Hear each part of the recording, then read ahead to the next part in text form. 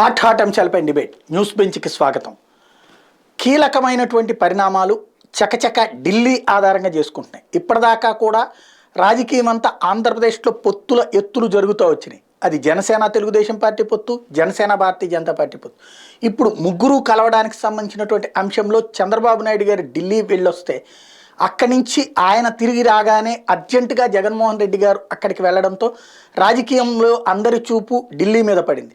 అయితే రాజకీయం కోసం వెళ్ళలేదు జగన్మోహన్ రెడ్డి, రాష్ట్రానికి సంబంధించినటువంటి వివిధ అంశాల మీద మాత్రం వెళ్ళారంటూ ముఖ్యమంత్రి కార్యాలయం, అంటే ఆ పేరు చెప్పకుండా ముఖ్యమంత్రి వెళ్ళింది పోలవరానికి లేకపోతే ఇతరత్ర డబ్బుల గురించి అన్నటువంటి పాయింటే చెప్పుకొచ్చారు.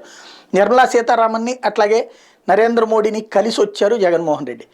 రాజకీయ సంబంధం లేకుండా అక్కడికి వెళ్తారా? ఒకవైపున జరుగుతున్న ప్రచారం అయితే పొత్తు పెట్టుకోవద్దు అని ఒత్తిడి తీసుకురావడానికి వెళ్ళారు. రేపో మాపో మన రాధాకృష్ణ గారు కూడా అదే రాయొచ్చు, పొత్తు పెట్టుకోవద్దని కాళ్ల బేరానికి వెళ్ళారు అన్నటువంటిది కూడా రాసే అవకాశం ఉంటుంది. కాకపోతే అసలు ఏం జరిగి ఉండొచ్చు, ఇది జస్ట్ ఆ లోపల బాత్రూంలో మనం ఉండం. కానీ వివిధ పార్టీల అభిప్రాయం ఎట్లా ఉంది ఈ అంశానికి సంబంధించినటువంటి చర్చలో పాల్గొనేందుకు ప్రస్తుతం మనతో ఉన్నారు సుందరరామ శర్మ గారు, వైఎస్ఆర్ కాంగ్రెస్ పార్టీ అధికార ప్రతినిధి, అలాగే సింగళూరు శాంతిప్రసాద్ గారు జనసేన సీనియర్ నాయకులు, పెద్దిరెడ్డి రవికిరణ్ భారతీయ జనతా పార్టీ అధికార ప్రతినిధి, నరసింహరావు రాజకీయ విశ్లేషకులు కూడా మనతో పాటు లైవ్లో జాయిన్ అవుతున్నారు. ముందుగా శాంతిప్రసాద్ గారు, మీరేమనుకుంటున్నారు? ముఖ్యమంత్రి వెళ్ళింది రాజకీయ కోణంలో వెళ్ళుంటారనుకుంటున్నారా, లేకపోతే ముఖ్యమంత్రి హోదాలో పనుల గురించి వెళ్ళారనుకుంటున్నారా? నాకు తెలిసి సాయి గారు, మీకు ప్యానల్లో ఉన్న సోదరులకు పెద్దలకు చూస్తున్నట్టు నమస్కారం. నాకు తెలిసి నరేంద్ర మోడీ గారు వరుసగా అందరూ ముఖ్యమంత్రులకి అపాయింట్మెంట్ ఇస్తూ వెళ్తున్నారు. అలా కలిసిన వాళ్ళల్లో కేరళ ముఖ్యమంత్రి ఉన్నారు, తర్వాత ఇద్దరు వేరే పార్టీ ముఖ్యమంత్రులు నితీష్ గారు కూడా కలిశారు వెళ్ళి. ఆ భాగంగా బహుశా ఆ ఏపీ ముఖ్యమంత్రి గారికి కూడా అవకాశం ఇచ్చుంటారు. ఎందుకంటే నిన్నటి పేపర్ వరకు సాక్షి చూస్తే ప్రధానితో అపాయింట్మెంట్ ఉందన్న వార్త అసలు ఎక్కడ కనపడలేదు. ఇవాళ కనపడింది సాక్షి పేపర్, ప్రధాని కలవనున్న ఇవాళ 11ంటికి. సరే కలిశారు. అదే సమయంలో నాకు తెలిసి వచ్చిన వార్తల ప్రకారం అమిత్ షా గారితోనూ మురళీధరన్ గారితో కూడాను నరేంద్ర మోడీ గారి అపాయింట్మెంట్ 11 గంటలకే ఉందని తెలిసింది. టైమ్స్ ఓవర్లాప్ అవడం వల్ల కొద్దిగా మన ముఖ్యమంత్రి గారు కొద్దిగా వెయిట్ చేసిన సందర్భం వచ్చే అవకాశం ఉందని కూడా వార్తలు వచ్చాయి. ఏది ఏమైనా పార్లమెంట్ హౌస్లో, నూతన పార్లమెంట్ హౌస్లో ముఖ్యమంత్రి గారు నరేంద్ర మోడీ గారితో కూర్చొని ఏం మాట్లాడారనే దాని మీద ఎవరు కూడా ఏం చెప్పలేదు. అయితే ఈ మీడియాలో అటు మీడియా కానీ ఇటు మీడియా కానీ వాళ్ళ వాళ్ళ వికారాలు బట్టి వాళ్ళ వార్తలు రాసుకుంటున్నారు. అయితే నేను ప్రధాన మీడియాలో చూసిన ఒక అంశం ఏంటంటే, వారు బయటకు వచ్చేసి కారులోకి వెళ్ళిపోతున్న సందర్భంగా పివి నరసింహారావు గారు భారతరత్న గ్రహీతగా ఆయన డిక్లేర్ చేశారు కేంద్ర ప్రభుత్వం వారు. దీని మీద మీ స్పందన ఏంటి ఒక తెలుగువాడిగా అని అడిగినప్పుడు, మా విజయసాయిరెడ్డి స్పందిస్తాడని చెప్పేసి ముఖ్యమంత్రి గారు వెళ్ళిపోయినట్టుగా వార్తలు. నేను చూశాను కూడా, లైవ్ కూడా చూశాను. అయితే అందులో ఒక కొంటి జర్నలిస్టు ఏమన్నా అంటే కాబోయే ముఖ్యమంత్రి విజయసాయిరెడ్డి గారా అయితే ప్రస్తుత ముఖ్యమంత్రి మీరా అని అడిగినట్లు కూడా ఒక బయట వచ్చింది. ఇక్కడ ఒక విషయం చెప్పదలుచుకున్నా, అక్కడ సానుకూల వాతావరణం జరిగి సానుకూలంగా చర్చలు జరిగి జగన్ రెడ్డి గారు చెప్పినట్లుగా అక్కడ జరిగి ఉన్నట్లయితే జగన్ రెడ్డి గారు చాలా హుషారుగా మీడియాతో మాట్లాడారు. సరే, ఆయన ఎప్పుడు మీడియాతో మాట్లాడారు కాబట్టి ఇవాళ కూడా మాట్లాడలేదని మా సుందరరావు శర్మ గారు చెప్తే నేను దానికి కాదని కూడా అన్నాను. ఎందుకంటే అది కూడా వాస్తవమే కాదు. కానీ ఒక్క అంశం అయితే మాట్లాడే సందర్భం ఉంది కదా, మన తెలుగువాడు భారతరత్న పివి నరసింహారావు ఈ దేశాన్ని ఆర్థిక సంక్షోభం నుంచి బయటపడేసిన వ్యక్తి. మరి నీ తండ్రి ఉన్న పార్టీలో అతను ప్రధానమంత్రిగా చేశాడు, ఈ రాష్ట్రానికి ఉమ్మడి రాష్ట్రానికి ముఖ్యమంత్రిగా కూడా చేశాడు. కనీస స్పందన ఇవ్వాలి కదా. మరి అది కూడా చేయలేదంటే ఎక్కడో ఏదో తేడా వచ్చింది. వీరేదో చెప్దామని వెళ్ళారు కానీ అంటే ఎట్లా ఉంటుందంటే మన మీడియా ప్రొజెక్షన్స్, అసలు నరేంద్ర మోడీ గారు చాలా అమాయకుడు, అమిత్ షా గారు అసలు ఏమీ తెలియదు, వీళ్ళు ఇచ్చే ఫీడ్బ్యాక్ బట్టి వాళ్ళు అసెస్మెంట్ చేసుకొని వాళ్ళు లెక్కలు వేసుకొని అయ్యో అట్లా ఉందా అయ్యో ఇట్లా ఉందా అని అనుకుంటారు అన్నట్లుగా మీడియా ప్రొజెక్షన్స్ వస్తున్నాయి. ఏం చెప్పాలనే దానికి అసలు కామెంట్ కూడా చేయడానికి నాకు నోరు రావట్లేదు. ఎందుకంటే సాక్షిని ఇప్పుడు దాకా నేను చూశాను ఛానల్, ముఖ్యమంత్రి గారి పర్యటన మీద ఒక్క వార్త లేదు. ఆయన ఆ పార్లమెంట్ హౌస్ తిరుగుతున్నట్టు చూపించారు తప్పితే అక్కడ ఇంకొక ఛానల్ అయితే ఒకే సమయంలో నరేంద్ర మోడీ గారితోనూ అమిత్ షా గారితోనూ మురళీధరన్ గారితో కూర్చొని జగన్ రెడ్డి గారు బయట అయ్యారని ఒక ఛానల్ చెప్పింది. తర్వాత కూసేపటి మురళీధరన్ గారు వెళ్ళిపోయారు, అమిత్ షా గారితోనూ నరేంద్ర మోడీ గారితో చర్చలు చేశారు. తర్వాత అమిత్ షా గారు వెళ్ళిపోయారు, నరేంద్ర మోడీ గారితో ఒంటరిగా చర్చలు చేశారని ఒక ఛానల్ చెప్తుంది. ఇంకొక ఛానల్ ఏం చెప్తుంది, మోడీ గారుతో మాత్రమే మాట్లాడారు, తర్వాత సీతారామన్ గారు కలిసి వారితో కూడా మాట్లాడారు. కానీ సీతారామన్ గారిని పార్లమెంట్ లాబీలో కనపడితే నమస్కారం పెడతాం మాత్రమే సాక్షి ఛానల్ వచ్చింది, వారిని వ్యక్తిగతంగా కలిసట్లేదు. తరువాత వారు ఫ్లైట్ ఎక్కేసేసి ఆంధ్ర వచ్చేసినట్టు కూడా వార్త వచ్చేసింది. మరి ఎప్పుడు కలిశారు సీతారామన్ గారిని, ఎప్పుడు వెంకపత్రం ఇచ్చారో మరి మా సోదరుడు శర్మ గారే చెప్తారు, నాకు తెలియదు. మరి నేను వాళ్ళ సాక్షి ఛానల్ చూసిన దాన్ని బట్టి నేను చెప్తున్నాను, సాక్షి ఛానల్లో ఇంత మటుకు ఎటువంటి వార్త లేదు ముఖ్యమంత్రి గారి పర్యటనకు సంబంధించి ఆ యొక్క క్లిప్పింగ్ తప్పితే. కాబట్టి మనం ఏం అర్థం చేసుకోవాలి దీన్ని బట్టి? అలాగే మీరు అడిగిన దాన్ని బట్టి చంద్రబాబు గారి పర్యటనకు సంబంధించి కూడాను తెలుగుదేశం దానికి సంబంధించిన మీడియాలో కూడా ఇటువంటి వార్త లేదు, ఇటువంటి శబ్దాలు కూడా లేదు. మాట్లాడే మనిషి బయటకు వచ్చాక ఆయన ఎవరితోనూ మాట్లాడలే సఫా, అదే విపరీతమైన శబ్దాలు చేశారు ఆ మీడియా కూడా, కానీ కలిసి వచ్చిన తర్వాత ఏ శబ్దాలు లేవు. కాబట్టి అక్కడ ఏదో జరిగింది. ఈ రెండు మీడియాలు ప్రొజెక్ట్ చేసినట్టుగా మనం చెప్తే తప్ప నరేంద్ర మోడీ గారికి ఏమీ తెలియదు, అమిత్ షా గారికి ఏమి తెలియదు అనుకునే ఈ పిచ్చి మీడియాలు ఉన్నాయి చూసారా, బహుశా వాళ్ళ నోటి తాళం వేస్తూ అక్కడ గట్టిగా ఏదో జరిగింది. అందుకనే ఇద్దరు అధినేతలు కూడాను స్తబ్దుగా ఉన్నారనిపిస్తుంది. ఏది ఏమైనా ఆంధ్ర రాష్ట్రానికి మంచి చేయటం కోసం నరేంద్ర మోడీ గారు, అమిత్ షా గారు కంకణం కట్టుకున్నారు. దాంట్లో కార్యాచరణకి ఒక శ్రీకారం చుట్టారనేది బట్టి మాకు అర్థమవుతుంది. ఇది ఆంధ్ర రాష్ట్ర భవిష్యత్తు మంచి జరిగే పరిణామంగా నేను భావిస్తాను. రైట్. సుందరరామ శర్మ గారు ఏమంటారు సార్? మా బ్రదర్ లాస్ట్ కన్నది ఏంటి, మీరు మంచి పాయింట్ అన్నారు, అదేంటి నాకు వినపడలేదు కొంచెం. అంత రాష్ట్రానికి మంచి చేసేదేదో నిర్ణయం తీసుకుంటారు అని చెప్తున్నారు, అది మంచి పాయింటే కదా అంటున్నాను. Correct definitely sir. ప్యానల్లో ఉన్నటువంటి మిత్రులందరికీ కూడా నమస్కారం. ఇప్పుడే మా మిత్రుడు సరే జనరల్ ఈ మాటలు ఇవి అదేదో నవ్వకపోతే వీళ్ళందరూ కూడా ఇక్కడే కూర్చొని అన్ని డిసైడ్ చేస్తారు. Andhra Pradesh chief minister Shri YS Jaganmohan Reddy expressed his delight over former Prime Minister Sri P.V. Narasimha Rao being conferred Bharata Ratna posthumously. It is an honor to all Telugu speaking people as the statesman, scholar with high political and moral values gets the highest civilian award which he richly deserves, and it merits an all-round applause. Conferring Bharata Ratna on former Prime Minister Sri Chaudhry Charan Singh, who championed the farmers' cause, and agriculture scientist Sri M.S. Swaminathan, father of Green Revolution, is a matter of pride to the entire nation, the Chief Minister said. Next. ఇంకొకటి ఏంటంటేనండి, ఇప్పుడు వాళ్ళని కలిశారు, ప్రధానమంత్రి గారితో కూడా దరిదాపుగా గంటన్నర జరిగింది అని చెప్పనేటువంటిది కూడా ఇవాళ చెప్తా ఉన్నారు. అయితే ఇక్కడ గంటన్నర కూర్చుని ఉండొచ్చు, మీరు ఆయన ఛానల్స్లో వస్తుంది అది అని చెప్పనని. అయితే ఆయన ఏం చేశారు ఏంటి అనేటువంటిది కూడా సాక్షి దాంట్లో కూడా యాక్చువల్గా మా జగన్మోహన్ రెడ్డి గారు ఏమేమి మాట్లాడారు అనేటువంటిది ఆల్రెడీ వస్తుంది. నేను కూడా చాలా చోట్ల వినటం కూడా జరిగింది. అందువల్ల నాకు తెలిసినంత వరకు అన్నీ కూడా బ్రహ్మాండంగా సాగినాయి. బ్రహ్మాండంగా ఆయన అడగాల్సినటువంటివన్నీ కూడా రాష్ట్రం కోసం మాట్లాడినట్టు కూడా నేను అనుకుంటున్నాను. అన్నిటికంటే ముఖ్యం ఏంటంటే ఢిల్లీకి ఇందాక మా బ్రదర్ చెప్పినట్టుగా నిన్న నితీష్ కుమార్ గారిని కూడా పిలిచారు. ఆయన వెళ్ళిన తర్వాత చంద్రబాబు గారు కూడా లోపలికి వెళ్ళారు అనేటువంటిది ఉంది. ఆ తర్వాత ఏమన్నా ఇవాళ కూడా మినిస్టర్స్ ఎందుకు వచ్చేస్తున్నారంటే రేపు నెక్స్ట్ మంత్ ఎన్నికల షెడ్యూల్ వచ్చేస్తుంది. వన్స్ ఎన్నికల షెడ్యూల్ కనుక వచ్చేసిన తర్వాతన కొన్ని పెండింగ్ ఇవన్నీ కూడా లాస్ట్ క్యాబినెట్ మీటింగ్ బహుశా ఇప్పుడు జరుగుతుంది, నెక్స్ట్ వీక్ అయినా జరిగితే జరగచ్చు. ఈ లాస్ట్ క్యాబినెట్ మీటింగ్లో మనం ఏవైతే ఉన్నాయో వాటన్నిటిని ప్రతి రాష్ట్రాల ముఖ్యమంత్రులతోటి కూడా డిస్కస్ చేసి వాళ్ళ రాష్ట్రానికి సంబంధించినటువంటివన్నీ కూడాను పూర్తి చేసేటువంటి ఒక స్పీడప్ చేస్తున్నట్టుగా మనకు అనిపిస్తుంది నరేంద్ర మోడీ గారు. అదే ఇదిలో మళ్ళీ కూడా పిలిచారు. జగన్మోహన్ రెడ్డి గారు పోలవరం విషయం కానివ్వండి, ఈ తర్వాత ఇంకా మిగతా విభజన చట్టానికి సంబంధించినటువంటి అన్ని కూడా మాట్లాడటం జరిగిపోయింది. కాబట్టి వాళ్ళు ఏదో జగన్మోహన్ రెడ్డి గారు నరేంద్ర మోడీ గారిని కలిశారు, బయటికి వచ్చారు, అదేదో ఆయన మాట్లాడుంటే అట్లా లోపల ఏం జరిగిందో నేను ఇవాళ క్లియర్గా చెప్తున్నాను.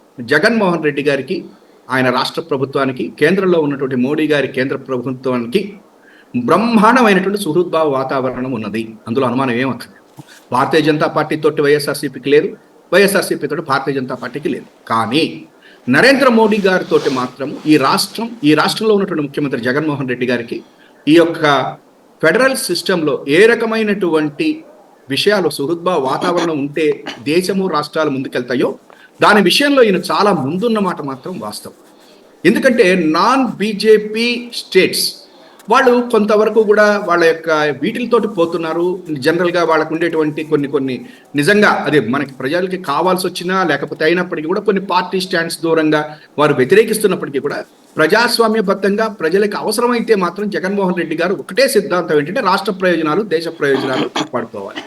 దానికి అక్కడ కేంద్రంలో ఉన్నటువంటి మోడీ గారు మంచి బిల్లులు తీసుకుని వస్తే డెఫినెట్గా సపోర్ట్ చేసుకుంటానే పోతూ ఉన్నారు ఇప్పుడు. కాబట్టి ఇవాటి రోజున మాకు కేంద్రంతో నరేంద్ర మోడీ గారు అక్కడ ఆయనకి ఏమైందో ఈయన మొహం అట్లా ఆయన మొహం ఇట్లా ఏమి భయపడకండి, ఏమీ అవసరం లేదు. మీకు చంద్రబాబు గారి మొహం చూడటానికి లేకపోతే ఇంకోటి చూడటానికా అనేటువంటిది కాదు. ఇక్కడ మొహాలు కాదు కావాల్సింది, పనులు చేయించుకోగలగాలి. అక్కడ కేంద్రంలో ఉన్నటువంటి మోడీ గారి దగ్గరికి ఇంతకుముందు చంద్రబాబు గారు చెప్పారు, నేను 29 సార్లు వెళ్ళాను, ఒక్కసారి కూడా సరిగ్గా నాకేం కాలేదు అని ఆయన 2019 ఎన్నికలప్పుడు చెప్పేవారు. కానీ ఇప్పటివరకు జగన్మోహన్ రెడ్డి గారు ఎప్పుడూ కూడా కేంద్ర ప్రభుత్వంలో ఉన్న మోడీ గారి గురించి కానీ అవి మాట్లాడారు. అందుకనే రెవెన్యూ లోటు ఎప్పుడు 14-15 అప్పటిది 10,000 కోట్లు కూడా మోడీ గారు ఇవ్వటం జరిగింది. కాబట్టి నేను ఇవాళ ఒకటే చెప్తున్నాను, రాజకీయాలు అనేటువంటిది జగన్మోహన్ రెడ్డి గారు ఎన్నికలలో చూపిస్తారు, డెఫినెట్గా చూపిస్తారు. కానీ ఇప్పుడు మాత్రం మనకు కావాల్సింది ఓన్లీ స్టేట్ యొక్క ప్రయోజనాలు. అయితే రాష్ట్ర ప్రయోజనాలు అని చెప్పనని అక్కడికి పోయేసేసి ఇంకొకటి వాళ్ళ కేసులు చూడండి, వీళ్ళ కేసులు చూడండి అనేటువంటిది జగన్మోహన్ రెడ్డి గారు చేసేటువంటిది కాదు. ఎందుకంటే ఈ మాట నేను అంటున్నానంటే చంద్రబాబు గారి సమయంలో కొంతమంది అప్పుడు కొంత చెప్పేవారు, చంద్రబాబు గారు ఎప్పుడు కలిసిన మోడీ గారిని జగన్మోహన్ గారిని ఏ రకంగా ఇబ్బంది పెట్టాలనేటువంటిది ఉండేది అనేవాళ్ళు. అది మనం కూడా చూడలేదు, లేకపోతే ఇది లేదు. కానీ ఆ రోజున వచ్చినటువంటి వార్తలు. కానీ ఇవాటి రోజున జగన్మోహన్ రెడ్డి గారి మీద అటువంటి విషయమే రావట్లేదు. ఎప్పుడు వెళ్ళినప్పటికీ కూడా ఆయన రాష్ట్ర విషయాలే మాట్లాడుతున్నారని వస్తుంది తప్ప ఏమీ లేదు. ఇంకోటి వాళ్ళు కూడా మోడీ గారు కానీ, అమిత్ షా గారు కానీ, లేకపోతే ఇంకొక నిర్మలా సీతారామన్ గారు కానీ, వాళ్ళెవరూ కూడా ఈ రాష్ట్రంలో జరుగుతున్నటువంటి పొలిటికల్ ఏవైతే ఉన్నాయో అవి పక్కన పెట్టేస్తే రాష్ట్రానికి సంబంధించినటువంటి ఆర్థిక విషయాలు కానీ మిగతా విషయాల్లో they are cooperating very well. ఈయన కూడాను రాజ్యసభలో కానీ ఎక్కడైనా సరే మనం చూసాం కొన్ని బిల్లులు చాలా వెరీ ఇంపార్టెంట్ బిల్స్, అవన్నీ కూడా మనం చేసుకోవాలి. ఇప్పుడు ఆ సమయంలో వాళ్ళ యొక్క కేంద్రానికి కూడా సపోర్ట్ చేస్తున్నటువంటిది కూడా మనం చూసాం. చివరిగా నేను చెప్పేది ఏంటంటే, నిన్న చంద్రబాబు నాయుడు గారు వెళ్ళారు, ఆయన ఏం ప్రెస్ మీట్ పెట్టలేదు. జనరల్గా ఆయన ప్రెస్ మీట్ పెడతారు, ఫోటోలు తీయించుకుంటారు, ఇక్కడ ఉన్నటువంటి వీళ్ళు ఏమన్నా పెద్ద ఇవి కూడా పెడుతుంటారు. కానీ మరి అదేంటో నాకు అర్థం కాలేదు. కానీ ఏమీ కూడా జరగలేదు.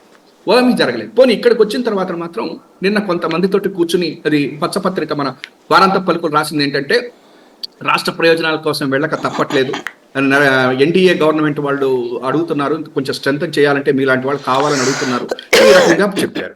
అయితే నేనేమంటున్నానంటే అది మనమేమి ఆయన వెళ్ళొద్దు అని చెప్పట్లేదు, ఉండమని చెప్పట్లేదు. అది వాళ్ళ యొక్క పొలిటికల్ ఇంట్రెస్ట్, దానికి మాకు ఎటువంటి సంబంధము లేదు. కానీ జగన్మోహన్ రెడ్డి గారికి వచ్చేసరికల్లా మాత్రం ఒకటే చెప్తా ఉన్నా, ఇవాటికి చెప్తున్నది ఏంటంటే definitely we want our state interest, అంతే తప్ప మిగతా ఇంట్రెస్ట్లు ఏమీ లేవు. ఆ రకమైనటువంటిది ఉండదు. అందుకని మనం మొహం చూసాము, ఆయన కారెక్కేశాడు. ఒక మాట సూటిగా చెప్పండి, తెలుగుదేశం పార్టీతో మీరు పొత్తు పెట్టుకోబాకండి, జనసేన మీరు కలిసి పోటీ చేయండి, అవసరమైతే రేపు ఎలక్షన్లు అయిపోయాక నేను గెలుస్తాను మీకు మద్దతు ఇస్తాను అని ఏమి చెప్పి ఉండరా? మీరు మంచి ఇది వేశారు సార్. మీరు చూసారో లేదో ఆ పదాలన్నీ కూడా మాట్లాడేటువంటి వాళ్ళు ఒకళ్ళు ఉన్నారు సార్. దానికి ఇదిగో అదొక్కటే వెంటనే వచ్చింది సార్. Thank you. బీజేపీతో చేతులు కలపడం వల్ల తెలంగాణలో భారత రాష్ట్ర సమితికి కొంత నష్టం, కొంత లాభం ఉంటుంది. కానీ ఆంధ్రప్రదేశ్లో మాత్రం తెలుగుదేశం పార్టీకి నష్టమే ఉంటుంది. అయితే జగన్ అధికార దుర్వినియోగాన్ని ఎదుర్కొని ఎన్నికలు సజావుగా జరిగే ప్రజాభిప్రాయం ప్రతిబింబించాలంటే బీజేపీ సహకారం తెలుగుదేశం పార్టీకి అవసరం. అయితే అదే సమయంలో బీజేపీపై ప్రజల్లో తీవ్ర వ్యతిరేకత ఉంది. రాయలసీమలో ముస్లిం మైనారిటీలు అధికంగా ఉన్నారు. ఈ కారణంగా రాయలసీమకు చెందిన తెలుగుదేశం నాయకులు బీజేపీతో పొత్తు ప్రతిపాదన తీవ్రంగా వ్యతిరేకిస్తున్నారు. అయితే ఇదివరకే పొత్తు ప్రకటన చేసిన జనసేనాని పవన్ కళ్యాణ్ కూడా బీజేపీ విషయంలో సానుకూలంగా ఉన్నారు. దీంతో తెలుగుదేశం నాయకత్వం ఎటు తేల్చుకోలేని స్థితిలో ఉంది. బీజేపీతో చేతులు కలిపితే జగన్ కు మేలు చేసినట్టే అన్న అభిప్రాయం ఉన్నందున మొత్తం పరిస్థితిని బీజేపీ పెద్దలకు వివరించి పొత్తు కోసం ఒత్తిడి తేవద్దని, ఎన్నికల అనంతరం ఎన్డీఏలో చేరతామని నచ్చజెప్పడానికి తెలుగుదేశం జనసేన తరపున ప్రయత్నాలు జరుగుతున్నాయి. ఇదండి మన పచ్చపత్రిక వేరాంత పలుకులాయని రాసుకున్నాడు. దీన్ని బట్టి వాళ్ళు ఈ రకమైనటువంటి ఒకసారి పొత్తులు కావాలంటారు, పొత్తులు వద్దంటారు, బీజేపీతో నష్టం అంటారు. మొన్న ఒక ఆయన రాసేశారు అనుకుంటా కదా, ఆ పాత పలికే మొన్న ఇంత ముందు రాశారు. మీరు బాగా చెప్పారు. పాత పలికే కాదు, మనకి ఎప్పుడు కొత్త పలికే ఇది.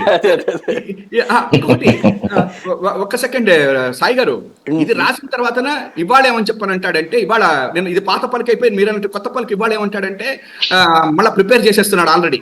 ఏమని చెప్పారంటే తప్పదు, రాష్ట్ర ప్రయోజనాలు కాపాడుకోవాలి అన్నది అని చెప్పని ఇప్పుడు కొత్త పలుకులు పలుకుతున్నాడు. సరే, ఇవన్నీ జగన్మోహన్ రెడ్డి గారి దగ్గర ఉండవు. నెంబర్ 1. నెంబర్ 2, మీరు ఏమంటున్నారంటే వెళ్ళి జనసేన మీరు పోటీలు పెట్టకోండి, లేకపోతే సార్ నేను ఫ్రాంక్గా చెప్తున్నాను సార్, మోడీ గారైనా జగన్ గారైనా ఇటువంటి వాటిల్లో వాళ్ళు లొంగరు సార్. ఎందుకంటే మనం ఆయన్ని చూస్తున్నాను నేను దాదాపుగా ఒక 10 ఏళ్ల బట్టి, 2014 నుంచి. మామూలుగా అయితే నేను చెప్పాలంటే ఫ్రాంక్గా ఆయన ముఖ్యమంత్రిగా ఉన్నప్పుడు కూడా నేను చూశాను ఆయన పద్ధతి ఏంటి, గుజరాత్లో ఏంటి అనేటువంటిది. కాబట్టి వాళ్ళు లొంగరు సార్. వాళ్ళు ఏదైతే చేయాలనుకుంటారో, ఏదైతే కరెక్ట్ అనుకుంటారో దాన్ని సావధానంగా వెళ్ళిపోతారు.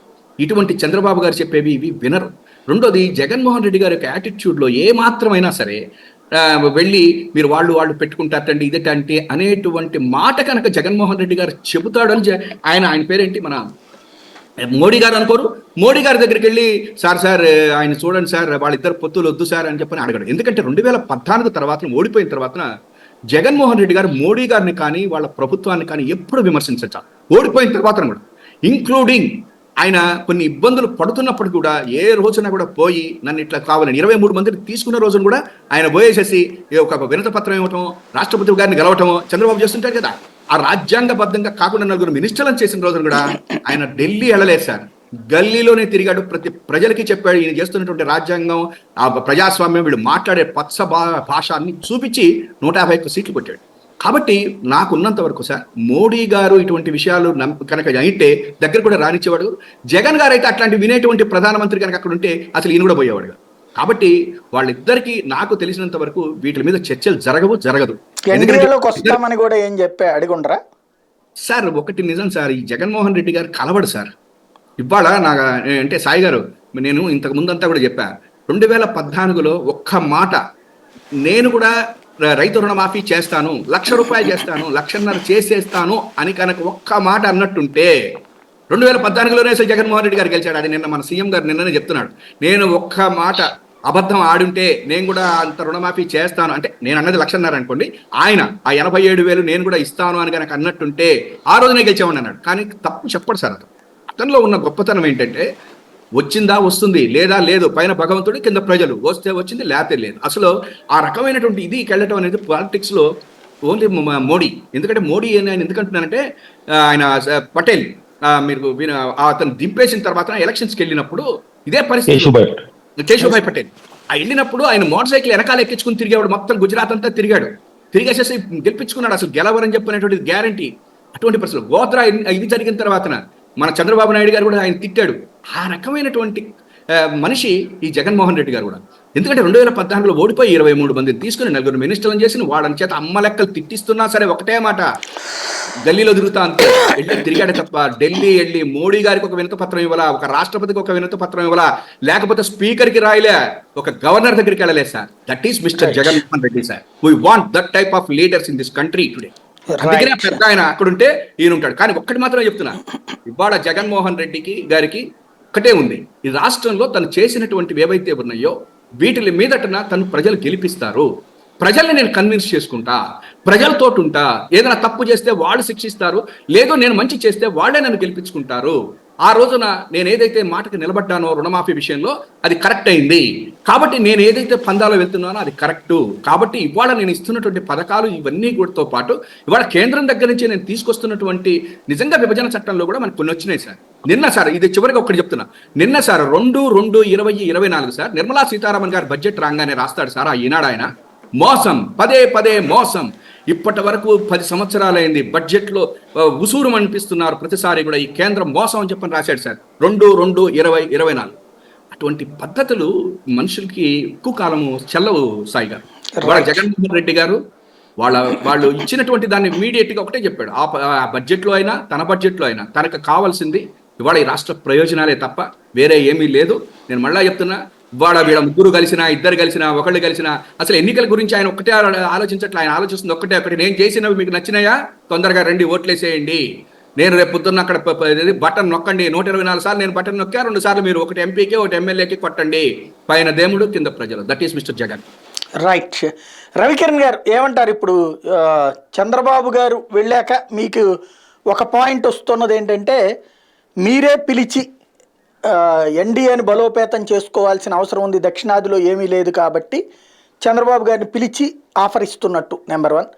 రెండవది, ఇద్దరికి కలిపి ఒక 30 సీట్లు ఇస్తున్నారు, 32 అని చెప్పి మొన్న ఏదైతే రాధాకృష్ణ గారు రాశారో అట్లాగే మ్యాక్సిమం మీకు ఒక 5-6 అసెంబ్లీ స్థానాలు, 3-4 పార్లమెంట్ స్థానాలు ఇవ్వడానికి, దాన్ని తీసుకోవడానికి కూడా ఒప్పుకున్నారన్నట్టు ఒక ప్రచారం నడుస్తుంది.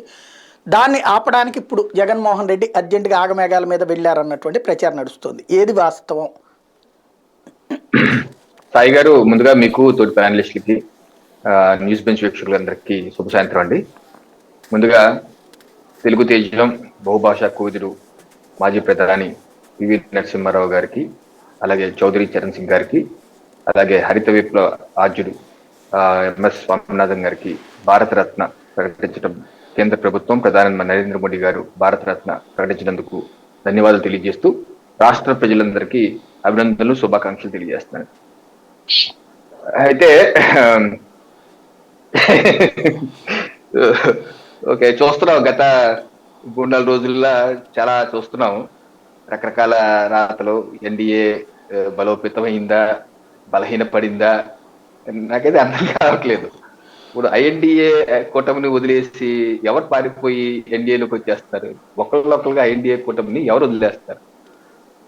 నితీష్ కుమార్ గారు ఐఎన్డీఏ కూటమికి కుట్లేసి అల్లిన వ్యక్తి.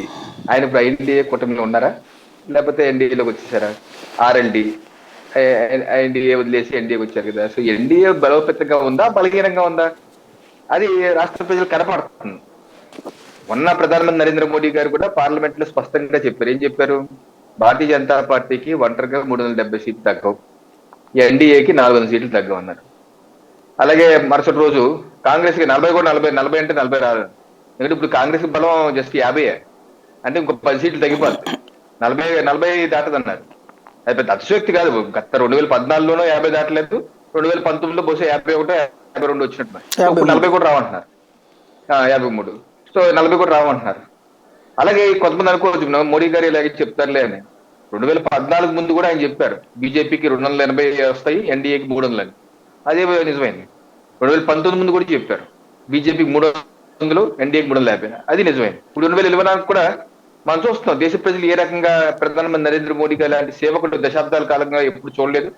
ఇటువంటి సేవకుడే మాకు పదే కావాలని చెప్పి ఏ రకంగా జేజేలు పరుగుతున్నారు, హారతులు పరుగుతున్నారు మనం చూస్తున్నాం. ఈ రకమైన వాతావరణం ఉంది కాబట్టి తప్పనిసరిగా ప్రజలు ఆశీర్వదిస్తారు, ప్రోత్సహిస్తారు, వెన్నంటి నడుస్తారు భారతీయ జనతా పార్టీ, ప్రధానమంత్రి నరేంద్ర మోడీ. అలాంటి సమయంలో ఏదో భారతీయ జనతా పార్టీ దేవులాడుకుంటుందో లేకపోతే బతిమాలుకుంటుందో అని కొన్ని సెక్షన్ ఆఫ్ మీడియాలో ప్రచారాలు చేయటాలు, బీజేపీని తక్కువ చేసి చేయటాలు ఎంతవరకు సమంజసం నాకు అర్థం కావట్లేదు. అంటే దక్షిణాదిలో మీ పప్పులు ఉడకట్లేదని కదా. ఇప్పుడు దక్షిణాదిలో తెలంగాణలో మాకు మంచి సీట్లు వస్తాయి, 10 వరకు వస్తాయి, కర్ణాటకలోనే వస్తాయి, ఇప్పుడు పుదుచ్చేరిలో కూడా అధికారంలో ఉన్నాము, తమిళనాడులో కూడా వస్తాయి, ఆంధ్రప్రదేశ్ లో కూడా వస్తాయి. ఓకే, ఎక్కువ తక్కువ డెఫినెట్ గా వస్తాయి. ఇవన్నీ కలుపుకునే కదా ప్రధానమంత్రి నరేంద్ర మోడీ 370, 400 చెప్పి. 400 సరిపోవండి? ఓ ప్రభుత్వం రన్ చేయడానికి 400 సరిపోవా? 400 ఎవరికి వచ్చింది? ఇప్పుడు వచ్చాయి. అలా రావాలి అంటే ఆంధ్రాలో పొత్తు పెట్టుకోవాలని. ఆంధ్రాలో ఎన్ని సీట్లు ఉన్నాయి సార్? 25 సీట్లు. 25 సీట్లకి 25 సీట్లు వచ్చేస్తాయా ఇప్పుడున్న పరిస్థితిలో?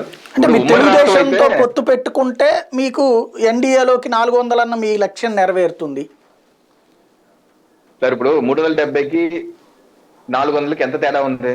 30 కదా. అక్కడ 30 పక్షాలు ఉన్నాయి. ఒక్కో పక్షానికి ఒక సీట్ వచ్చినా 30 వచ్చేస్తాయి కదా. ఎన్డీఏలో 30 పక్షాలు ఉన్నాయి, 36 ఎన్నో ఉన్నాయి. కనీసం ఒక్కొక్కరు ఒక సీట్ వచ్చి అయిపోయింది కదా, 30 ఫిల్ అయిపోయింది కదా.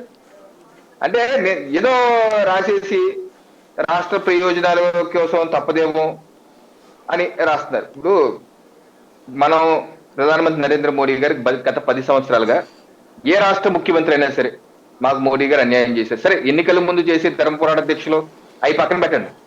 ఏ ముఖ్యమంత్రి అయినా సరే మాకు సరిగ్గా చేయట్లేదు అని అన్నం పాపం లేదు కదా. ఇప్పుడు ఇటీవలే రేవంత్ రెడ్డి గారు తెలంగాణ ముఖ్యమంత్రి వెళ్ళారు, ప్రధానమంత్రి గారు కలిశారు, బయటకు వచ్చి ఏం చెప్పారు? అద్భుతంగా మాట్లాడారు. రాజకీయాలు పక్కన పెట్టు, నీ రాష్ట్రానికి ఏం కావాలని చెప్పండి, తప్పనిసరిగా చేస్తాను అని చెప్పి అన్నారు. ఈ శకటం గురించి మనం అనుకోవచ్చు చిన్న చిన్నదే కదా అని. గణతంత్ర దినోత్సవం శకటం గురించి రేవంత్ రెడ్డి గారు చెప్తే మనకు అర్థం కాదు. మనమైతే పెద్ద పెద్ద ఇష్యూస్ మాట్లాడతాం ప్రధానమంత్రితో అనుకున్నాం, ఎందుకంటే మన ముఖ్యమంత్రి గారు ఎక్కువ చెప్పరు కాబట్టి, ఆయన చెప్పారు కాబట్టి నాకైతే ఆశ్చర్యం వేసింది. గణతంత్ర దినోత్సవం శకటం పెట్టడానికి టైం అయిపోయింది, అప్లికేషన్ కేసీఆర్ ప్రభుత్వం పెట్టలేదు, ఈ ప్రభుత్వం వచ్చింది. వీరు శకటం గురించి అబ్బాయి కుదరదని డిపార్ట్మెంట్ అన్నారు. ఆ ఫైల్ ప్రధానమంత్రి దగ్గరికి తీసుకెళ్లారు రేవంత్ రెడ్డి గారు. ఇలా టైం అయిపోయింది అంటున్నారు, మీరే చూడాలి అంటే సరే పెట్టండి నేను చూస్తా అన్నారు. 2 రోజుల్లో ఫోన్ వచ్చింది, మీ శకటం పంపించండి, శకటం వచ్చేసింది అన్నారు. అలాగే అమిత్ షా గారి దగ్గరికి వెళ్ళారు, మాకు ఎక్కువ రాష్ట్రాల్లోనే శాంతి భద్రత సమస్యలు ఉన్నాయి, నాకు 25-30 ఐపీఎస్ ఆఫీసర్లు కావాలి అంటే, అమ్మో అంతమంది ఏంటి అంటే ఇది ఎక్స్ప్లెయిన్ చేశాను అంటే, సరే అబ్కి అభి 10 లేలో బాకీ సబ్ బాద్ మీద దేఖ్లేంగా, ఇప్పుడు 10 తీసుకెళ్ళు, 10 ఎలకెట్ చేస్తాను ఐపీఎస్ ఆఫీసర్లను. మా రేవంత్ రెడ్డి గారు ఆశ్చర్యపోయారు, ఇలా ఉంటుంది అనుకోలేదన్నారు. అలాగే ఉంటుంది దేశవ్యాప్తంగా ఏ ముఖ్యమంత్రి అన్నా. రాష్ట్ర ప్రయోజనం, ఏ రాష్ట్ర ప్రయోజనం, భారతదేశాన్ని మొత్తాన్ని 140 కోట్ల ప్రజల్ని అభివృద్ధి చెందాలంటే సబ్కా సాత్ సబ్కా వికాస్ సబ్కా ప్రయాస్ భారతీయ జనతా పార్టీ సిద్ధాంతం. ఎవరిని ఏడిపించి కాంగ్రెస్ లాగా ఏడిపించి లేకపోతే రాష్ట్రపతి పాలన పెట్టే కాదు, దేశం మొత్తం అభివృద్ధి చెందాలి, దేశాన్ని అగ్రగామిగా నిలపాలంటే. దేశం అంటే బీజేపీ పాలిత రాష్ట్రాలే కాదు కదా, అన్ని రాష్ట్రాలు ప్రజాస్వామ్యకి ఎన్నుకున్న అన్ని రాష్ట్రాలు ఉంటాయి. దేశ ప్రయోజనాలు కోసం పొత్తు తప్పదు ఎన్ని కాదు. ఇప్పుడు అంటే ఫ్యాక్ట్, ఏ పార్టీలన్నా అసలు దేని గురించి మాట్లాడారో ఫస్ట్ తెలియదు సార్ సాయి గారు. అది మనకే కాదు, అచ్చెన్నాయుడు గారికే తెలియదు, ఆ రాష్ట్ర అధ్యక్షుడికి తెలియనప్పుడు మనకేం తెలుస్తుంది. ఆయనే చెప్పారు, నాకు ఎందుకు వెళ్ళారో తెలియదు, దేశం తెలిసినప్పుడు మీకు చెప్తారని ప్రస్తుతం అన్నారు. మనకేం తెలుస్తుంది. ఇప్పుడు సదరు పత్రిక గతంలో జూన్లో 2023 ఇలాగే చంద్రబాబు నాయుడు గారు అమిత్ షా గారిని అర్ధరాత్రి పూట ఇలాగే కలిశారు. కలిసిన తర్వాత అప్పుడు కూడా చంద్రబాబు నాయుడు ఏం మాట్లాడి ఈ రోజు వరకు తెలియదు ఏం మాట్లాడుకున్నారు, ఈ రోజు వరకు తెలియదు ఏం మాట్లాడుకున్నారు. సో అయితే ఆ పత్రిక సదరు పత్రిక ఏమన్నారు, తెలంగాణ పొత్తు కుదిరిపోయింది, సీట్లు మీరు అన్నట్టే సీట్లు కూడా ఆ రోజు ఇచ్చేసారు పేపర్లు. ఏమైందని మరి సీట్లు అలా అయిపోయినాయా? తెలంగాణలో తెలుగుదేశం పార్టీ పోటీ చేసిందా, డ్రాప్ అయిపోయిందా? భారతీయ జనతా పార్టీ దానికి కూడా ఇచ్చినట్టున్నారు కదా, అప్పటికి మీరు లేట్ చేశారు, దానికి కూడా ఇవాళ వివరణ ఇచ్చారు అందులో ఇవాళ వార్తలో. అప్పటికి టైం అయిపోయింది, మేము వేరే వాళ్ళతో పొత్తులు పెట్టుకున్నాం కాబట్టి అదే గనక టైం ఉండుంటే మీతో పొత్తు పెట్టుకుని ఉండేవాళ్ళం అని చెప్పి. కాదు కాదు సాయి గారు, అది అయ్యండి. ఓకే, 18 గురించి అనుకుంటా, 2018 అండి అది. ఓకే ఓకే, మీరు రాలేదు ముందుకి, అందుకని నేను కాంగ్రెస్ దగ్గరికి వెళ్ళిపోయాను అన్నాడు. ఇప్పుడు కాంగ్రెస్ రాకపోతే బీజేపీ దగ్గరికి వెళ్తున్నాను అంటున్నాడు. అది వాళ్ళు బలంగా ఉంటే పాపం ఆయన జ్ఞానేశ్వర్ గారు కన్నీళ్ళు పెట్టుకుని వెళ్ళాల్సిన అవసరం ఏంటి? వాళ్ళు చేసుకోవచ్చు, పోటీ చేసుకోవచ్చు కదా. ఒక రాజకీయ పార్టీ పోటీ చేయకుండా మొత్తం రాష్ట్రంలో దుకాణం బంద్కి వెళ్ళకతం అయిపోయిన పరిస్థితి. అయితే వాళ్ళు రాసింది ఏంటంటున్నాను, తెలంగాణ ఎన్నికలకు ముందు మీరు చెప్తున్న సదరు పత్రిక రాసింది అప్పుడు కూడా ఇలా రాశారు, బతుకులాడుతుంది బీజేపీ, మీ సామాజిక వర్గ ఓట్లని కావాలి, అన్ని ఓట్లు కావాలి అని బతుకులాడుతుంది. ఫైనల్ గా ఏం జరిగింది మనం చూసాం. సో ఏంటంటే రకరకాల పత్రికలు, అన్ని పత్రికలు మాక్సిమం అన్ని పార్టీల వారిగా డివైడ్ అయిపోయినాయి. వాళ్ళ వ్యూస్ ని న్యూస్ గా రాసుకుని నాన్ సెన్స్ క్రియేట్ చేస్తున్నారు, ప్రజలందరికీ తెలుసు. సో దాని మీద మనం ఎంత తక్కువ మాట్లాడితే అంత మంచిదని చెప్పి నా యొక్క అభిప్రాయం సాయి గారు. రైట్. నరసింహరావు గారు ఏమంటారు, మీరేమంటారు? సార్, మనం 1971లో తమిళనాడులో ఎన్నికలు జరిగాయి. తమిళనాడులో ఎన్నికలు జరిగినప్పుడు ఆ రోజు ఉన్నటువంటి కాంగ్రెస్ పార్టీ డిఎంకేతో పొత్తు కుదుర్చుకున్నందుకు ఏంటంటే అసెంబ్లీ స్థానాలన్నీ కూడా డిఎంకే పోటీ చేసినట్లుగా, లోక్సభ స్థానాలకు కొన్ని చోట్ల కాంగ్రెస్ కు ప్రాధాన్యత ఇచ్చేటట్లుగా ఇరు పార్టీలకు సంబంధించినటువంటి పొత్తు కుదిరింది. అంటే ఈ విషయం నేను ఈరోజు 71 విషయం ఎందుకు ప్రస్తావన చేశానంటే, జాతీయ పార్టీ కాబట్టి లోక్సభ స్థానాలు కావాలి కాబట్టి నేను ఒక 10-15 అసెంబ్లీ స్థానాలని నేను ఉదారంగా ప్రాంతీయ పార్టీకి వదులుకుంటున్నాను అనేటువంటి ఉద్దేశంతో ఇందిరాగాంధీ 1971లో ఆ పని చేసింది. 1971 నుంచి 2025లోనో 26లోనో జరుగుతాయి.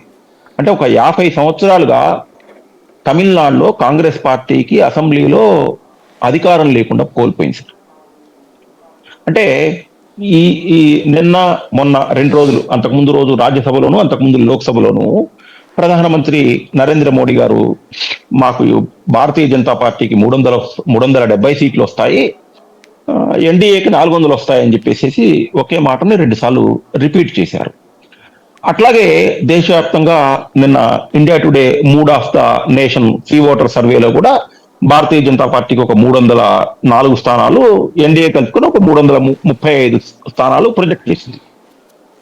అంటే దేశవ్యాప్తంగా కూడా భారతీయ జనతా పార్టీకి ఇంకొక 304 నుంచి ఇంకొక 15-20 స్థానాల వరకు పెరిగేటువంటి స్కోప్.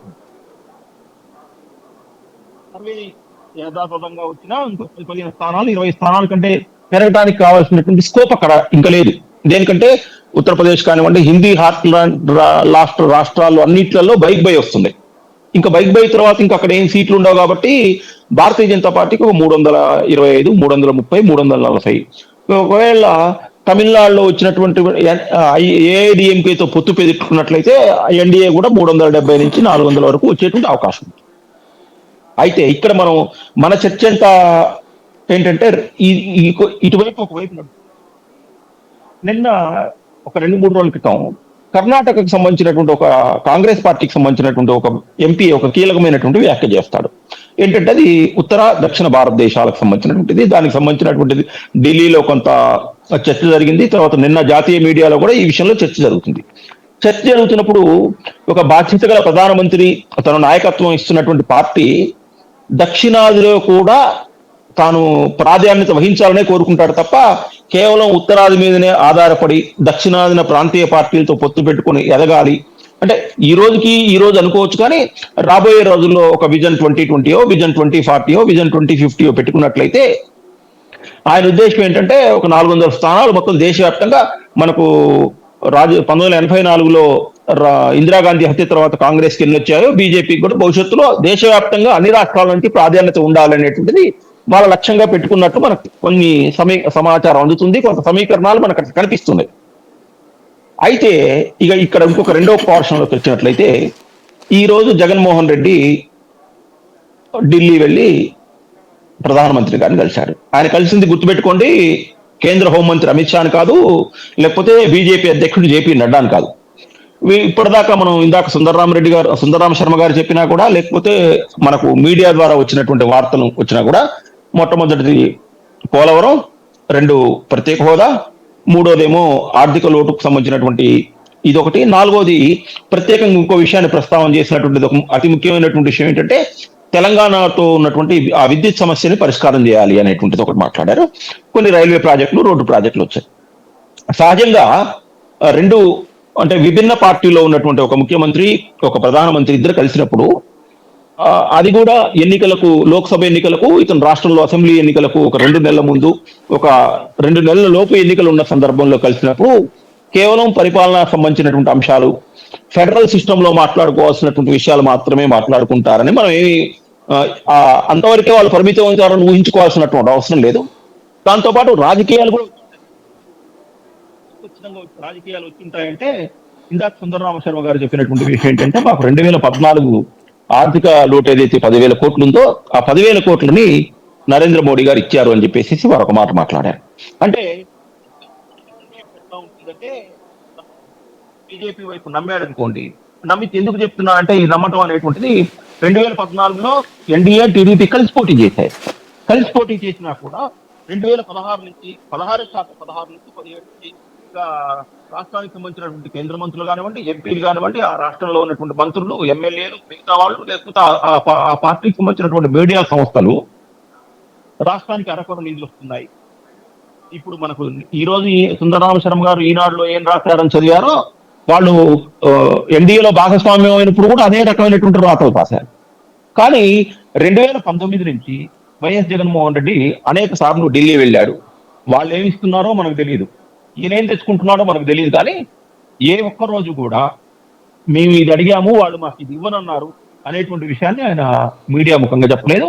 ప్లస్ ఆర్థిక మంత్రి బుగ్గన రాజేంద్రనాథ్ రెడ్డి గారు అనేక సందర్భాల్లో మాకు కావాల్సినటువంటి విషయాల్లో వాళ్ళ సపోర్టు చాలా అద్భుతంగా ఉంది అని చెప్పేసి మీడియా ముఖంగా చెప్పారు. చెప్పినప్పుడు ఏమైందంటే ఈ 2 ప్రభుత్వాల మధ్య సందర్భాల్లో పార్టీల మధ్య కూడా డైరెక్ట్ గా పొత్తు పెట్టుకోకపోయినా కూడా పరస్పర సహకారం ఇచ్చిపుచ్చుకునేటువంటి ధోరణి ఉంటుంది అనేటువంటి దానికి ఇది ఒక సంకేతం. అదేలాగా అంటే 2019 నుంచి లోక్సభలో అనేక పాస్ అయినటువంటి అనేక బిల్లులకి లేకపోతే రూపొందించబడినటువంటి అనేక చట్టాలకి వైఎస్ఆర్సీపీకి సంబంధించినటువంటి ఎంపీలు పూర్తి సపోర్ట్ చేశారు.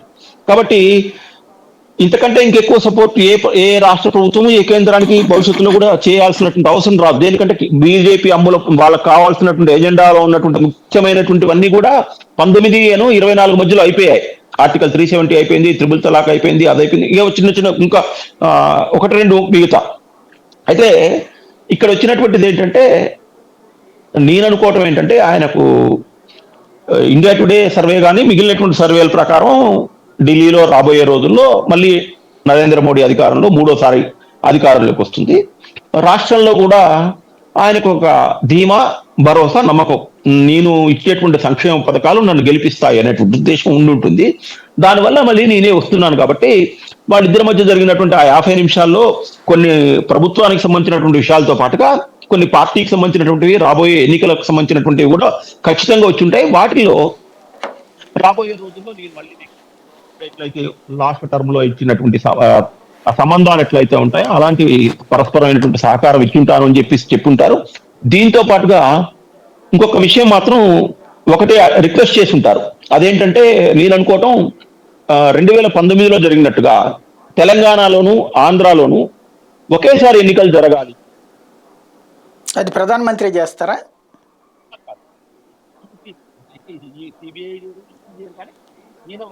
మనం ఏమనుకుంటున్నాం, నిన్న ఇప్పుడు సుందరరామ గారు శర్మ గారు చదివినటువంటి పేపర్లో ఒక ప్రస్తావన వచ్చింది.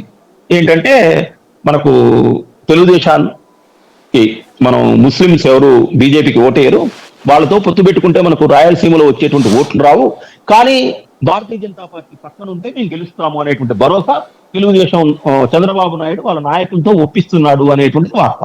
అంటే బీజేపీకి 1%, 2% ఉన్నటువంటి ఓటు శాతం ఉన్నటువంటి పార్టీని పొత్తు పెట్టుకుంటే గెలుస్తా అనేటువంటి నమ్మకం చంద్రబాబు నాయుడుకి ఎక్కడి నుంచి వస్తుంది? అంటే ఏం లేదు. దానికి కారణం ఏంటంటే లేకపోతే సిబిఐయో చూస్తున్నట్టు పోతే ఆయన పని ఏదో చేసుకోవాలనేట్టు ఆయన ఆలోచన అయింది. అలాగే ఇక్కడ నాకు తెలిసినంత వరకు మాత్రం ఇది కూడా ఈ రోజు వచ్చే ఉంటుంది అనేటువంటిది. అంటే కారణం ఏంటంటే చెప్పండి కంక్లూడ్ చేయండి. కంటిన్యూ చేయండి. రైట్.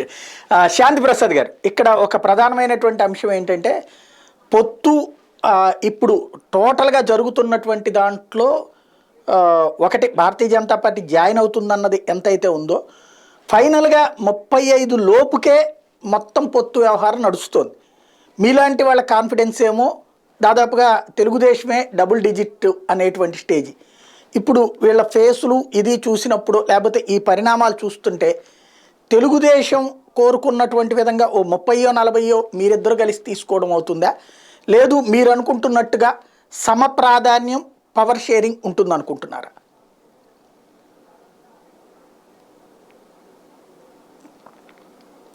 మీ ఆడియో మ్యూట్లో ఉన్నట్టు చూడండి సార్. సాయి గారు చెప్పే ముందు మా సోదరుడు శర్మ గారు ఇందాక పివి నరసింహారావు గారు భారతరత్న వచ్చినందుకు జగన్మోహన్ రెడ్డి గారు అభినందించారని చెప్పేసి ఒక అంశాన్ని చదివి వినిపించారు. నేను ఇప్పుడు మొత్తం సాక్షి టీవీ వాళ్ళ హ్యాండిల్, తర్వాత మన వైఎస్ జగన్మోహన్ రెడ్డి హ్యాండిల్, తర్వాత సాక్షి పత్రిక హ్యాండిల్ కూడా చూశారు. ఎక్కడా కూడా అభినందించినట్టుగా జగన్మోహన్ రెడ్డి గారు రాలేదు. ఒకే ఒక వార్త పివి నరసింహారావు గారికి భారత ప్రభుత్వం భారతరత్న అనౌన్స్ చేసిందనే వార్త తప్ప ఏదో 2 hours నుంచి ఇంతమటికి ఆ అప్డేట్ లో లేదు. మాకైతే గ్రూప్ లో వచ్చిన దాంట్లో జగన్ గారి ట్వీట్ ఒకటి పంపించారండి అన్ని గ్రూప్స్ కి, వాట్సాప్ గ్రూప్స్ కి. అయితే ఆ ట్వీట్ లో జగన్ రెడ్డి గారిని నేను చూశానండి. ఆయన ప్రత్యేకంగా నేను చూశాను. 5 days బ్యాక్ తర్వాత అసలు ఇంత మటుకు లేదు. ఓకే అక్కడికి వదిలేసేస్తే 228 ఉంది సార్. రైట్. 228 సాక్షిలో ఉంది. ఎవరి గ్రూప్? సాక్షి మెయిన్ పేపర్ లోనే ఉంది.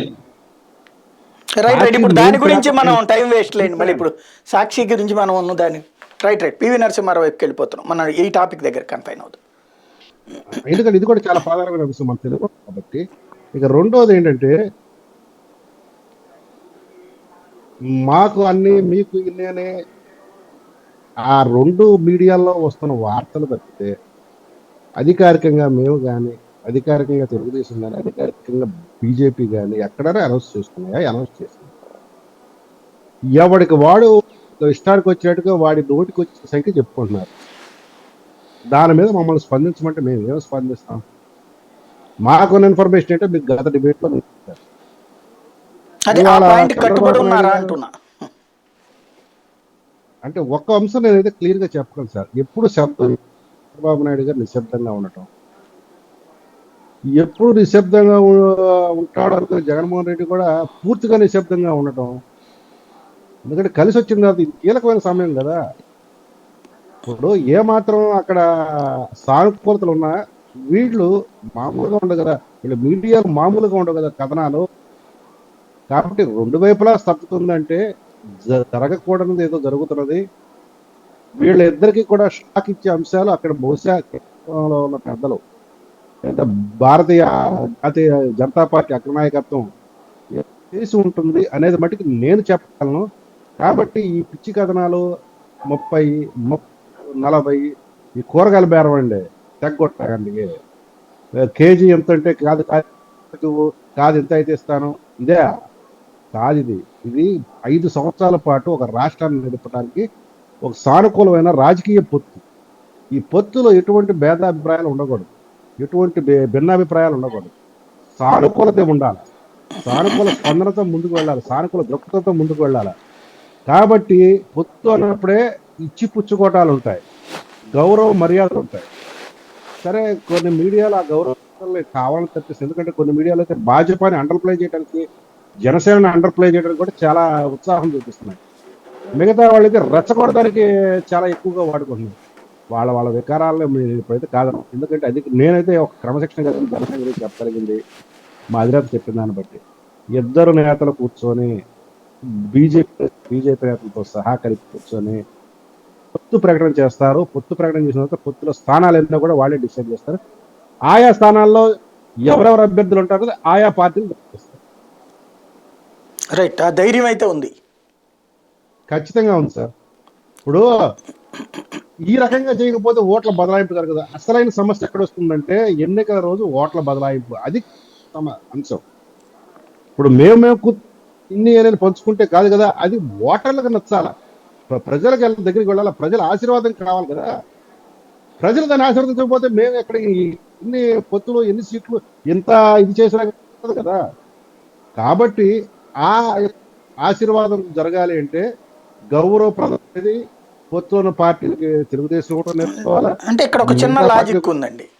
మీరు మీ ఓట్లు వాళ్ళకి బదలాయింపు కావాలంటే గౌరవప్రదం అంటే కొంచెం ఈ రేంజ్లో అని ఆలోచిస్తున్నారు. వాళ్ళకి ఎట్లుంది బదలాయింపు కనుక అట్లాగా సీట్లు వాళ్ళు తగ్గించుకుంటే అప్పుడు తమ ఓట్లు బదలాయింపు అవ్వవు లేదా పవర్ షేరింగ్ ఇస్తే అన్నది వాళ్ళ ఫీలింగ్ ఉంది. ఇక్కడ గమనించాలండి. ఎందుకంటే ఇది చాలా వరకు సానుకూలంగా చాలా మందికి మర్చిపోతున్న అంశం ఏంటంటే రేపు అధికారంలోకి ఈ పార్టీలు వస్తాయనే నమ్మకం వచ్చిన తర్వాత ఆయా పార్టీల్లో ఉత్సాహవంతం ఔత్సాహమైన లేకపోతే సీజన్డ్ పొలిటీషియన్స్ ఏంటంటే మేము ఎమ్మెల్యేగా ఉండాలా, రేపు వస్తే నేను మంత్రి అవ్వాలా, నేను అధికారంలో భాగం కావాలా, ఇక మిగతా యథాతథ కోరికలన్నీ ఉంటాయి. ఆ కోరికలు వాళ్ళు తీర్చుకోవడం కోసం వాళ్ళు పార్టీల మీద పార్టీ అధికారుల మీద రుద్దడానికి ప్రయత్నం చేస్తారు. ఇక్కడ చంద్రబాబు నాయుడు గారు వారి యొక్క పార్టీ నాయకుల యొక్క ఒత్తిడికి ఏ మేరకు లొంగుతారు, ఏ మేరకు వాళ్ళ దానికి ఇబ్బందులు ఎదుర్కొంటారు చంద్రబాబు నాయుడు గారి ఆయనకు సంబంధించిన అంశం కానీ జనసేనగా మాకు లేదు. అలాగే పవన్ కళ్యాణ్ గారు కూడా జనసేన నుంచి జనసేన నాయకుల నుంచి సైనికుల నుంచి కూడా ఒత్తిడి ఉంది. మనం ఇట్లా వెళ్ళాలి కానీ అక్కడ అధినేత నిర్ణయానికి బట్టి అల్టిమేట్ గా మేము అంగీకరిస్తామని మేము ఒక అనులంఘనమైన స్టేట్మెంట్ కూడా ఇవ్వడం జరిగింది జన సైనికులు జనసేన నాయకులు. కాబట్టి మా తరపున ఎటువంటి ఇబ్బంది కానీ చంద్రబాబు నాయుడు గారికి అయితే ఇవన్నీ జరిగిన తర్వాత ఆ పొత్తు దాన్ని మళ్ళీ ప్రజలు అంగీకరించాలి. ప్రజలు అంగీకరించి వాళ్ళు ఆశీర్వదిస్తేనే కదా అధికారంలోకి వచ్చేది. ఇక్కడ ఏంటంటే ఎవరైతే టికెట్ రాని నాయకులు వాళ్ళు వెన్నుపోట్లు పొడిచే అవకాశాలు కూడా ఉంటాయి. మళ్ళీ చూసుకోవాలి మీరు. రైట్, మంచి పాయింట్. సుందరరాం శర్మ గారు, ఇక్కడ ఒక ప్రధానమైనటువంటి అంశం ఏంటంటే మనం గంభీరంగా ఉండటం వేరు. మొన్న టైమ్స్ నౌ చూసి సంతోషపడితే ఇండియా టుడే చూసి దిగాలు పడేటటువంటి పరిస్థితి వచ్చింది. ఇట్లాంటి దశలో ఎవరో ఒకళ్ళ సపోర్ట్ కావాలి అని అనిపించదు అనుకుంటున్నారా? అది మీరు సైలెంట్గా ఉండండి నేను, లేకపోతే ఇంకొకళ్ళని కలుపుకెళ్ళాలనినో ఇట్లాగ అనిపించదా? ఇక్కడ ఆంధ్రప్రదేశ్ రాజకీయాలు కనుక మీకు కూడా తెలుసు, ఎప్పటి నుంచో మీరు కూడా ఒక మాట అంటుంటారు, పొత్తు అనేటువంటిది తొందరగా తేల్చుకోండి, మీరు లాస్ట్ మినిట్లో పెట్టుకుంటారు, లాస్ట్ టైం ఇట్లా అవుతుంది అని చెప్పని మీరు ఇంతకుముందు అంటుండేవాళ్ళు. అట్లా ఇవాళ రోజున వాళ్ళ ముగ్గురే చెప్పుకుంటున్నారు అది అవుతుంది అని చెప్పి. ఇప్పటివరకు బీజేపీ వాళ్ళు ఇంకా బయటికి రాలేదు, కానీ జనసేన వీళ్ళు మాత్రము ఇవాళ ఏదో గుంటూరులో కూడా 17కి కానీ 13 తెలుగుదేశం పార్టీ వాళ్ళు ఇచ్చారని, మన వారాంత పలుకులు అయినట్టు నెల్లూరులో వీళ్ళు అని చెప్పిన క్యాండిడేట్ల పేర్లు కూడా డిక్లేర్ చేసేసుకుంటే వెళ్ళిపోతున్నారు. అయితే ఇక్కడ ఒక్కటి మాత్రమే నేను చెప్తుంటా, ఇవాళ ఆంధ్రప్రదేశ్లో ఇంతకు ముందు మీరు చెప్పిందే జరుగుతూ వచ్చింది. ఇది కాంగ్రెస్ ఉన్నా తెలుగుదేశం ఉన్నా కమ్యూనిస్టులు అందరూ ఒక రోజు కాంగ్రెస్ తోటి ఉంటారు, ఇంకొక రోజు తెలుగుదేశం తోటి వెళ్తారు. బీజేపీ కూడా చివరికి ఎన్టీ రామారావు గారికి ఒక పక్కన అటు ఇటు పక్కన కమ్యూనిస్టులు వెళ్ళిన రోజులు కూడా ఈ ఆంధ్రప్రదేశ్లో చూసాం మనం. కాకపోతే ఇప్పుడు వచ్చేసరికల్లా ఏంటంటే, అన్లెస్ జగన్మోహన్ రెడ్డి గారు నేను ఎవరో ఒకరితోటి వెళ్తాను అని చెప్పని అంటే తప్ప ఇవన్నీ జరిగేవి కాదు. పోనీ ఆయన అంటాడా అంటే, నిజానికి 2014 ఎన్నికల్లో 5 లక్షల ఓట్ల తోటతో లేకపోతే 1% తేడాతో ఓడిపోయిన తర్వాతన ఆయన మీద అన్ని ఇబ్బందులు ఉన్నప్పుడు జనరల్గా ఏమవుతుందంటే సైకలాజికల్గా లొంగుతారు. ఎందుకు వచ్చింది మనకి, ఏదో ఒకరితో వెళ్దాము అని చెప్పని అనుకుంటారు. కానీ ఆయన ఏమంటున్నాడు, నేను ఇంకా నాకు ఇది ఉంది, నేను పోటీ చేస్తా, ప్రజలు ఆశీర్వదించని వస్తాను, ఏమవుతుంది అనేటువంటి ఒక డెసిషన్ తీసుకున్నటువంటి నాయకుడితో మనం ఏం చేయలేము. ఎందుకంటే ఇప్పటివరకు మీరు అన్నట్టుగా కరెక్ట్, అది దేశం మొత్తంలో మీరు చూస్తే ప్రతి రాజకీయ పార్టీ కూడా, ఇంక్లూడింగ్ బీజేపీను, కాంగ్రెస్, కమ్యూనిస్టులు, including local general regional parties, వీళ్ళందరూ కూడా ఒక్కసారి ఓడిపోగానే ఎవరో ఒకళ్ళకి కాళ్ళలో చేతిలో పట్టుకుంటూ పరిగెత్తుకుంటూ చట్టాపట్టేసుకుని వెళ్ళారు. కానీ ఇతను 2011లో బయటకు వచ్చిన దగ్గర నుంచి అసలు అతను వెళ్లాల్సింది, బయటకు వచ్చినటువంటి రోజున కడపలో పోటీ చేసేటప్పుడు పార్లమెంట్కి ఒక్కడు వెళ్ళటం అనేటువంటిది చూశారు. అది అయిన తర్వాత ఇంకా అసలు మనం అతని గురించి ఇంకా భయపడతాడనో లేకపోతే ఏమన్నా ఏదో చేస్తాడని లేదు. ఎందుకంటే ఆ రోజున కనుక అటు పక్కన ఉన్న చంద్రబాబు నాయుడు ఏమన్నాడు, సుష్మా స్వరాజ్ గారిని పార్లమెంట్లో నవ్వాడు, మైనారిటీస్ ఓట్లు లేకుండా నుంచి క్యాన్వాస్ చేశాడు.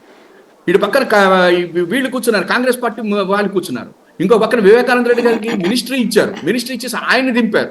తర్వాత ఇటు పక్కన చూస్తే ఇంకా మిగతా వాళ్ళు ఇన్ని ఉన్నప్పుడు కూడా అతను ఏమి బెదరకుండా వెళ్ళిపోయేసేసి 5 లక్షల ఓట్ల పైన మెజారిటీతో గెలిచాడు. సరే పోనీ అది అయిపోయింది. 2014లో ఏదో గెలుస్తారనుకున్నాడు, మరి ఓడిపోయాడు, వాళ్ళందరూ కలిసి కొట్టారు అని చెప్పంటే మళ్ళా పోనీ లేదు నేను ఒక్కడినే వెళ్తాన్నాడు, 151 సీట్లు చేశాడు. ఒక్కటే నేను చెప్తున్నాను, ఇవాళ భారతీయ జనతా పార్టీ లాంటి దేశంలో ఉన్నటువంటి నేషనల్ పార్టీస్ యొక్క ఇష్యూ వేరుగా ఉంటుంది, కానీ రీజనల్ పార్టీస్లో ముఖ్యంగా ఆంధ్రప్రదేశ్లో ఇవాళ కావాల్సింది, తెలుగుదేశం పార్టీని మనం ఇన్నేళ్ళు చూసిన తర్వాత ఒక నిబద్ధత, ఒక క్రెడిబిలిటీ, ఒక స్ట్రాంగ్ మ్యాన్, ఒక రీజనల్ పార్టీ పర్సన్ కావాలి ఇవాళ. ఎందుకంటే జాతీయ పార్టీలు ఎంత చేద్దామన్నప్పటికీ కూడా కొన్ని ఇబ్బందులు వాళ్ళకి డెఫినెట్గా ఉంటాయి. కానీ ఒక రీజనల్ పార్టీ లీడర్ కనుక గట్టిగా కనుక నిలబడగలిగితే డెఫినెట్గా అక్కడ ఉండేటువంటి కేంద్రం వాళ్ళు కూడా డెఫినెట్గా ఇచ్చేస్తారు, యాక్సెప్ట్ చేస్తారు, దిగొస్తారు. ఎందుకు, సరే వాళ్ళు ఏదో చేసుకుంటున్నారు, వాళ్ళ రాష్ట్రానికి ఇస్తే మనకు వచ్చింది నష్టం ఏముంది అనేటువంటి ఇదిలో ఉంటారు. అందుకనే ఇవాళ జగన్మోహన్ రెడ్డి గారు సక్సెస్ అవుతున్నాడు. అదే వాళ్ళ నరేంద్ర మోడీ గారు కూడా చూస్తున్నారు. ఎందుకు, ఇతను తన పని తను చేసుకుని పోతున్నాడు. ఇప్పుడు చంద్రబాబు గారు ఉన్నారు, ఆయన ఏమన్నాడు, ఆ రోజున కర్ణాటక ఎలక్షన్స్లో ఆయన దూరతాడు, లేకపోతే గుజరాత్లో ఎలక్షన్స్ జరుగుతుంటే ఎవరెవరికి పంపించాలో చూస్తాడు, లేకపోతే అక్కడ నితీష్ కుమార్ను కాంగ్రెస్ ఆర్జేడీ వాళ్ళకి పోతుంటే వాళ్ళకి వెనక్కి వీళ్ళతో ఉంటేనే, బీజేపీతో ఉంటేనే ఏవో చేస్తుంటాడు. ఇటువంటివన్నీ చేయటం లేదు జగన్మోహన్ రెడ్డి గారు. అందుకని న్యాచురల్గా ప్రతి వాళ్ళు కూడా లైక్ చేస్తారు. రెండోది, ఇతను కూడా భయపడాల్సిన అవసరం లేదు. ఇవాళ తను చేసినటువంటి సంక్షేమ పథకాలు ఇవాళ ఈ దేశంలో ఎవ్వరూ చేయలే. ఇంకొకటి, ఒక్క పథకం కూడా ఈరోజు కాగల. వీళ్ళందరూ నిన్నటిదాకా శ్రీలంక అయిపోతుంది, లేకపోతే వెనుజులా అయిపోయింది, అందరికీ సోమరపోతులు చేసేస్తున్నాడు, పెట్టేస్తున్నాడు అన్న బ్యాచ్ అంతా ఇప్పుడు ఏమంటున్నారు, అవన్నీ మేము కంటిన్యూ చేస్తాము అంటున్నారు. ఆ పథకాలన్నీ మేము కంటిన్యూ చేస్తాము, ఆ పథకాలన్నీ మేము ఇస్తాము, అంతకంటే ఎక్కువ ఇస్తాము, అమ్మవందరం నలుగురికి ఇస్తాము, ఇవి చెప్పుకుంటున్నారు. అప్పుడు ఇంకా వాళ్ళ క్రెడిబిలిటీ ఏముంది ఇంక ఇక్కడ ఇవాళ రోజున? ఇతను ఏమని చెప్తున్నాడు, ఇవ్వాలి, వాళ్ళందరినీ కూడా నేను సాచ్యురేషన్ ఇదిలోకి తీసుకునే అందరికీ నేను పథకాలను అమలయ్యేటట్టు చూస్తాను అని చెప్పండి. వీళ్ళు వచ్చేసి ఇప్పుడు చెప్తున్నారు, ఇన్ని 4 సంవత్సరాలు పడి పోనీ ఇప్పుడన్నా సరిగ్గా ఉన్నారంటే ఇప్పటికీ లేదు. ఆ పచ్చపత్రికలు ఒకటి చెప్తాయి, చంద్రబాబు గారు ఒకటి చెప్తాడు, మళ్ళీ పచ్చపత్రికలు ఇంకొకటి చెప్తుంటే, అంటే ఈ రకమైనటువంటి దీన్ని ప్రజలు నమ్మటం లేదు సార్. ఇవాళ జగన్మోహన్ రెడ్డి గారు ఎవరితోటి కలవడు. అతను ఇవాళ రోజున ఇప్పుడే నేను ఇంకొక ఛానల్ ఎక్కడ చూస్తున్నా, ఎన్డీఏలో చేరటానికి ఏమన్నా వెళ్తున్నాడా అంటే చంద్రబాబు గారు చేస్తున్నాడు, ఈయన భయపడిపోతాడ, వెళ్తున్నాడా, లేకపోతే ఏమన్నా కుడి ఎడమైతే కేసులు ఏమన్నా, అరే మళ్ళా కేసులు అంటున్నారు సార్ ఇప్పుడు కూడా అక్కడ. అరే జగన్మోహన్ రెడ్డి గారి మీద ఒక్క కేసు లేదురా నాయన, అక్కడ విచారణ సంస్థల దగ్గర ఉన్నదంతా మీ నాయకుడేరా, చంద్రబాబు గారి దగ్గర నాయన. ఆ ఇన్కమ్ ట్యాక్స్ కేసు దగ్గర నుంచి ఒక్కసారి ఇంకొకటి చెప్పాలి సార్, అసలు నిజంగా నరేంద్ర మోడీ గారు కానీ ఇక్కడ జగన్మోహన్ రెడ్డి గారు ఎందుకు అంటే ఇది నేను పర్సనల్గా ఫీల్ అవుతుంది ఏంటంటే ఎందుకులే రాజకీయాల్లో ప్రతిదీ మనం అన్నట్టుగా పోతున్నారా అనిపిస్తుంది. లేకపోతే నేను చెప్తున్నాను ఆ ఫ్రాడ్ మన ఇది ఒకటి ఉంది, దానికి గనక ఇచ్చేస్తే మీరు నమ్మరు, 5 నిమిషాలు తేలిపోతాయి కేసులన్నీ కూడా చంద్రబాబుకి. కానీ ఏంటో వీళ్ళు కూడా కొంత అంటే ఫ్రాంక్గా నాకు అనిపిస్తుంది, వద్దులే చిన్నగా చేద్దాం, ఎందుకు వచ్చింది, పెద్ద నాయకుడు 75 ఏళ్ళ ముసలాడు 52 రోజులకే భయపడిపోయాడు, ఈ కేసులన్నీ ఈ దేశం మొత్తం వస్తే ఎందుకు మనకి అని అంటున్నారేమో అని అనిపిస్తుంది సార్ నాకు ఇవాళైతే. ఎందుకంటే ఇవాళ ఆయన మీద ఉన్న కేసులు కనుక పర్ఫెక్ట్గా కనుక చేస్తే ఇంకొకటి సార్, ఇప్పుడు చూడండి ఈయన 17A ఈయనకి వర్తిస్తుంది కానీ హేమంత్ సోరెన్కి వర్తించదా? మరి వాళ్ళ లాయర్లు ఎవరు ఆర్గ్యూ చేయలేదు చూసారా సాయి గారు? 17A వాళ్ళు ఎవరు ఆర్గ్యూ చేయలే, ఈయన ఒక్కడే ఆర్గ్యూ చేసాడు. మంచి పాయింట్ చెప్పారు. ఈయనకొక్కడికి. అంటే నేనేమని చెప్తున్నానంటే సార్, ఇవాళ విచారణ సంస్థల దగ్గర ఉన్నది చంద్రబాబు గారు, అవినీతి కేసులు ఇరుక్కుపోయింది చంద్రబాబు గారు. ఏదో ఒకటి 17 ఇవి పెట్టుకొని కోట్ల రూపాయలు ఖర్చులు పెట్టి న్యాయస్థానాల చుట్టూ తిరుగుతూ వ్యవస్థలో ఉన్నటువంటి వాళ్ళని ఇది చేస్తూ ఈ పచ్చపత్రికలను వాడుకుంటూ చేస్తున్నటువంటి ఆయన ఈ దేశం మొత్తంలోనూ ఉన్నటువంటి ఏకైక వ్యక్తి చంద్రబాబు నాయుడు గారు. కాబట్టి జగన్మోహన్ రెడ్డి గారు భయపడరు, జగన్మోహన్ రెడ్డి గారు భయపడరు. రవికిరణ్ గారు చెప్పండి. ఒక పాయింట్, భారతీయ జనతా పార్టీ కనుక తోడుంటే మనం ఎన్నికలు సజావుగా చేసుకోగలము అన్నది కొంచెం ఎక్కువగా కొన్ని సెక్షన్ ఆఫ్ మీడియాలో డిస్కషన్ అవుతుంది. దాని మీద ఒకటి చెప్పదలుచుకున్నాను. అది నిజమే అయితే కర్ణాటకలో బీజేపీ ప్రభుత్వం ఉంది, కేంద్రంలో బీజేపీ ప్రభుత్వం ఉంది. మరి కర్ణాటకలో భారతీయ జనతా పార్టీ ఎన్నికలు ఎందుకు ఓడిపోయింది? మరి అంత చక్కగా మేనేజ్ చేసుకుని అంత ఒదిగ్గా మేనేజ్ చేసుకుంటే ఎందుకు ఓడిపోయింది? తెలంగాణలో మరి మోడీ గారు, అమిత్ షా గారు అందరూ రోడ్ షోలు చేసి తిరిగారు కదా. మరి కనీసం అక్కడ ఉన్నటువంటి సిట్టింగ్ ప్రభుత్వం రాలేదు కదా. మరి మాకు బద్ద విరోధాన్ని కాంగ్రెస్ ఎలా వచ్చింది? అన్ని మేనేజ్ చేసుకుంటారు. కేసీఆర్ కూడా 10 ఏళ్ళుగా ఆయన అధికారంలో ఉన్నారు. గట్టిగా వ్యవస్థలన్నీ పట్టుకూచు ఇప్పుడు అన్ని బయటపడుతున్నాయి, ఎన్నెన్ని కుంభకోణాలు బయటపడుతున్నాయి, అధికారులు బయటపడుతున్నాయి. అంటే అంత ఇదిగా అధికారులతో నెక్సెస్ ఉంది. మరి అలాంటప్పుడు ఆయన వచ్చి ఉండాల్సిందే. కనీసం బీజేపీకి కనీసం 10 సీట్లు ఎక్కువ రావాలి కదా. మాకు ఎందుకు అది తక్కువ అవుతాయి? అనేక రాష్ట్రాల్లో గత 10 సంవత్సరాలుగా అనేక రాష్ట్రాలు బీజేపీ ఓడిపోయింది, వేరే పార్టీలు గెలిచాయి.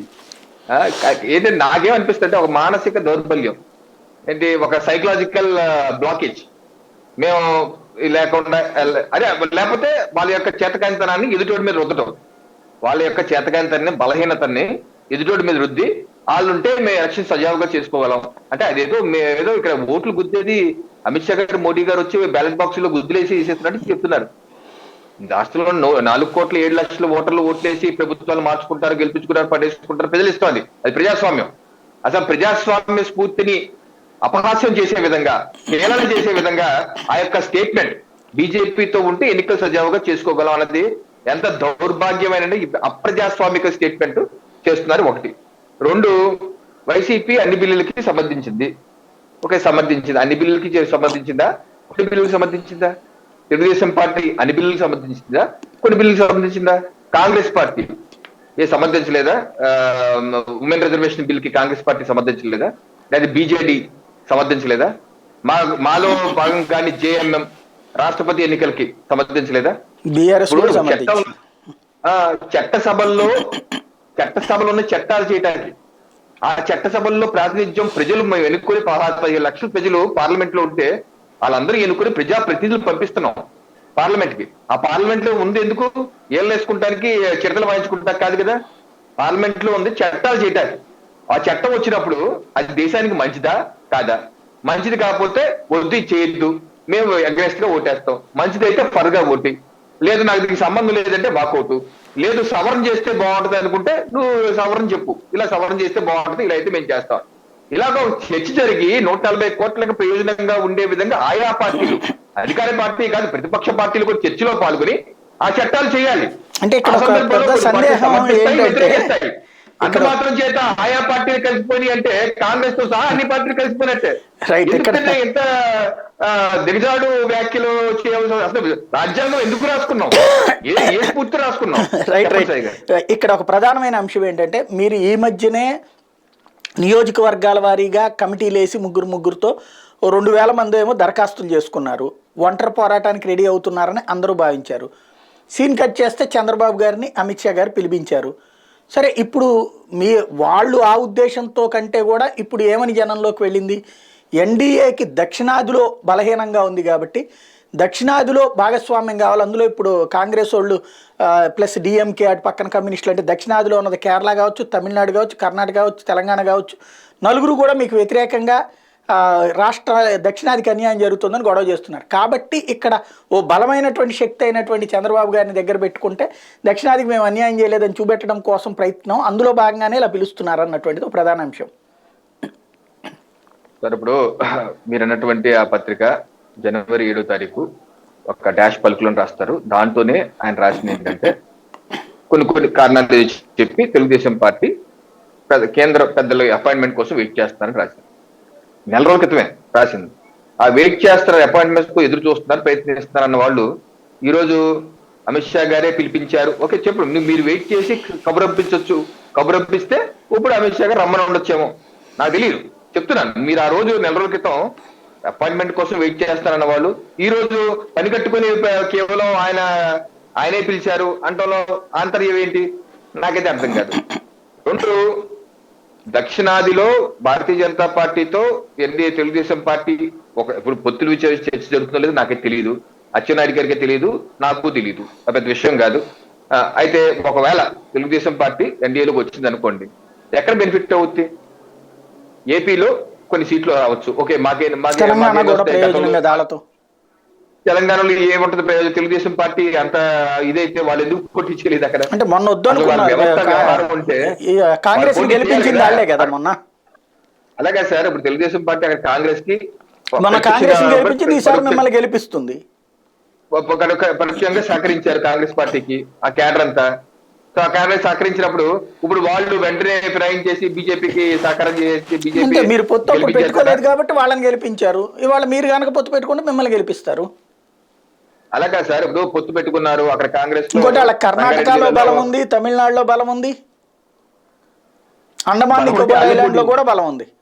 మీరు వాళ్ళు పొత్తు పెట్టుకుని కూడా ఉన్నారు అక్కడ. బలం ఉంటే పక్క రాష్ట్రాల్లో గత 5 సంవత్సరాలకి ఏదైనా పోటీ చేశారా? సాటి తెలుగు రాష్ట్రాల్లో నేనేదో అబద్ధం చెప్తాను కాదు, ప్రజల వీక్షకులు చూడండి. గత 5 సంవత్సరాలుగా 2018 తర్వాత ఏ ఎన్నికల్లో ఉన్నా తెలంగాణలో తెలుగుదేశం పార్టీ పోటీ చేసిందా? నాగార్జున సాగర్ చేసినట్టుంది, కాబట్టి ఓడిపోయింది, డిపాజిట్ రాలేదు. రైట్. రవికిరణ్ గారు మ్యూట్లోకి వెళ్ళినట్టుంది చూడండి, ఆడియో మ్యూట్లోకి వెళ్ళింది చూడండి ఒకసారి. రవికిరణ్ గారు మ్యూట్లోకి వెళ్ళండి సార్. రవికిరణ్ గారు మీది ఆడియో మ్యూట్లోకి వెళ్ళింది చూడండి.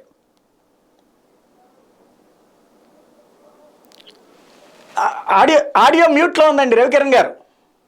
హలో, ఇప్పుడు చెప్పండి. ఇప్పుడు చెప్పండి. వేరే వాట్సాప్ లో వేరే కాల్ చేశారు. నేనదేంటంటే గత 5 సంవత్సరాలుగా తెలంగాణ రాష్ట్రంలో అలానే పోటీ చేశారా? 2019 నుంచి 19 పార్లమెంట్ ఎన్నికల నుంచి రీసెంట్ గా అసెంబ్లీ ఎన్నికల వరకు ఏ స్థాయి ఎన్నికల్లోనూ పోటీ చేయలేదు. అలాగే కర్ణాటకలో వాళ్ళకి బేస్ ఉంటే ఆ పార్టీ అయినా పోటీ చేశారా? లేకపోతే తమిళనాడులో బేస్ ఉంటే అక్కడైనా పోటీ చేశారా? కేరళలో బేస్ ఉంటే ఎక్కడ పోటీ చేశారా? ఎక్కడ బేస్ ఉంది? ఎక్కడ సౌత్ ఇండియాలో వాళ్ళు ఒక చక్రం చెప్పగలరు? ఏంటంటే మనకు ఎక్కువగా ఊహించుకొని రాసి ఎలా ఉంటుందంటే ఒక సామెత, కింద పంట పై చేయమన్నా ఉన్నారు అన్నట్టు అన్న విధంగా రాసుకుంటా పోయి, సరే అది వాళ్ళ వికారాలు కావచ్చు, ఏదైనా కావచ్చు. అదే ఒకటి శాంతి ప్రసాద్ గారు చెప్పినట్టు నేను పూర్తిగా ఏకీభించేది ఏంటంటే, మనం ఎన్ని పొత్తులు పెట్టుకున్నా అండి, ఎన్ని చేసుకున్నా ప్రజలు కన్విన్స్ అవ్వాలి, ఒక సరైన ఎజెండాతో వెళ్ళాలి. ఇది గనక అవకాశవాద పొత్తులు అని తేలితే ప్రజలు ఆ చెంప ఈ చెంప వాయించేస్తారు. మన దాని రకాల ఎన్నో ఉదంతాలు ఉన్నాయి. సో అది జాగ్రత్తగా చేసుకొని వెళ్తే బాగుంటుంది. రైట్. ఫైనల్ గా నరసింహరావు గారు ఒక్క ముక్క సూటిగా చెప్పండి. జగన్ గనక ఇప్పుడు మీరు పొత్తు పెట్టుకోబాకండి, ఎలక్షన్ అయిపోయాక నేను మద్దతు ఇస్తాను లేదా ఎన్డీఏలోకి వస్తాను అని చెప్తే ఇవాళ ఏమన్నా పొత్తులు ఆపడానికి ఏమన్నా రెడీ అవుతారా అని అనుకుంటున్నారు మీరు? నాకు తెలిసి జగన్మోహన్ రెడ్డి మనస్తత్వాన్ని మనం దగ్గర 2009 నుంచి చూస్తున్న వాళ్ళం. జగన్ తనకేం కావాలో అడుగుతాడు తప్ప మీరు పొత్తు పెట్టుకోకండి అని చెప్పేసి చెప్తాడు అని నేనైతే అనుకోవట్లేదండి. రైట్. ఎన్డీఏలో తర్వాత చేరతానని కూడా ఏం చెప్పడంటారా?